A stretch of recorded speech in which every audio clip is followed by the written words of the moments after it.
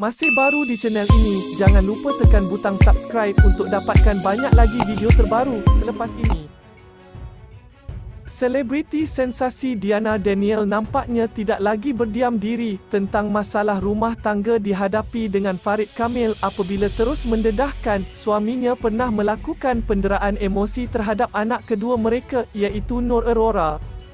Diana 32 berkata, kenyataan Farid mengatakan kejadian memarahi anak sebagai kecil bukan seperti apa yang berlaku dan hanya disebabkan perkara remeh.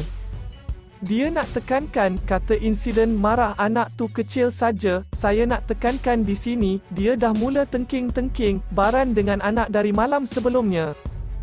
Semuanya hal yang sangat remeh, sampai ke esok pagi, dia masih menengking anak-anak atas sebab-sebab remeh, sampai ke tengah hari dia tengking saya, sebab tak jumpa seluar dia. Petang dia tengking Aurora insiden Aurora Petik Cili, 2 hari dia tak berhenti baran, dan jerit sekuat hati. Mendedahkan lanjut mengenai kejadian menimpa Aurora, Diana mendakwa, selain ditengking Farid selama beberapa hari, anak perempuannya itu juga pernah dikurung dalam sebuah bilik. Aurora menggigil minta tolong dengan saya, sebab dia sangat takut, dia dipaksa untuk duduk dalam bilik babah malam tu, sebab dia nak sambung ajak anak.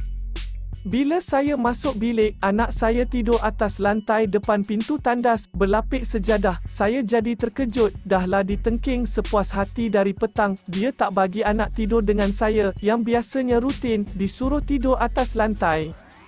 Saya nak ambil Aurora masuk bilik, kerana tak tahan tengok treatment anak macam tu, dia tolak saya berkali-kali, halang saya ambil anak saya. Saya tetap berkeras untuk bawa anak masuk bilik saya kerana takut apa lagi tindakan seterusnya. Sebelum saya keluar dari bilik, dia ugut lagi akan pukul anak esok sebabkan saya tak bagi anak tidur atas lantai depan tandas. Emosi dia tidak stabil, saya tidak pernah melihatnya sebegitu dan ia membawa ketakutan yang amat besar sehinggakan ada sesuatu yang akan berlaku. Bilik tu pun tak sesuai anak masuk, you tahu kenapa bilik tu tak sepatutnya ada anak dalam tu, jadi memang tak sesuai nak suruh anak tidur dalam bilik tu, apa lagi atas lantai. Aurora tak sengaja, didik anak jangan sampai dera emosi, ia adalah kali pertama, dan dia tak tahu Petik Cili dianggap mencuri, bukan dia niat mencuri. Diana mendedahkan, disebabkan kejadian itu juga, dia terpaksa menghubungi polis bagi membolehkan dia membawa anak-anaknya keluar dari rumah mereka dengan selamat, memandangkan Farid mengamuk.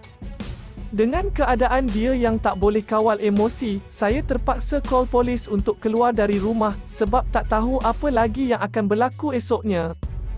Dia dah ugut nak sambung hukuman dan pukul Aurora, cukup, kalau dah 2 hari tu pun tak berhenti baran tanpa sebab dekat anak. Saya tahu dia tertekan bila saya minta cerai 2 hari sebelum tu, tetapi biarkan anak-anak sahaja. Sementara itu pelakon filem Imagino itu juga membuat pendedahan mengejutkan apabila mendakwa, Farid pernah meminta untuk menggugurkan namanya pada kedua-dua anak mereka. Kalau sayang betul pada anak, kenapa nak buang bin atau binti anak? Kenapa suruh I filekan permohonan buang nama you dari surat beranak anak? Kenapa ugut kami macam tu? Tegasnya lagi. Pada Ahad, Diana menafikan insiden anaknya Petik Cili di rumah jiran menjadi punca dia menuntut cerai pada awal Mac lalu dan mendedahkan punca Aurora trauma dengan Farid. Kalau anda suka video di channel ini, boleh juga tekan butang like dan share di media sosial yang lain. Terima kasih kerana setia di sini.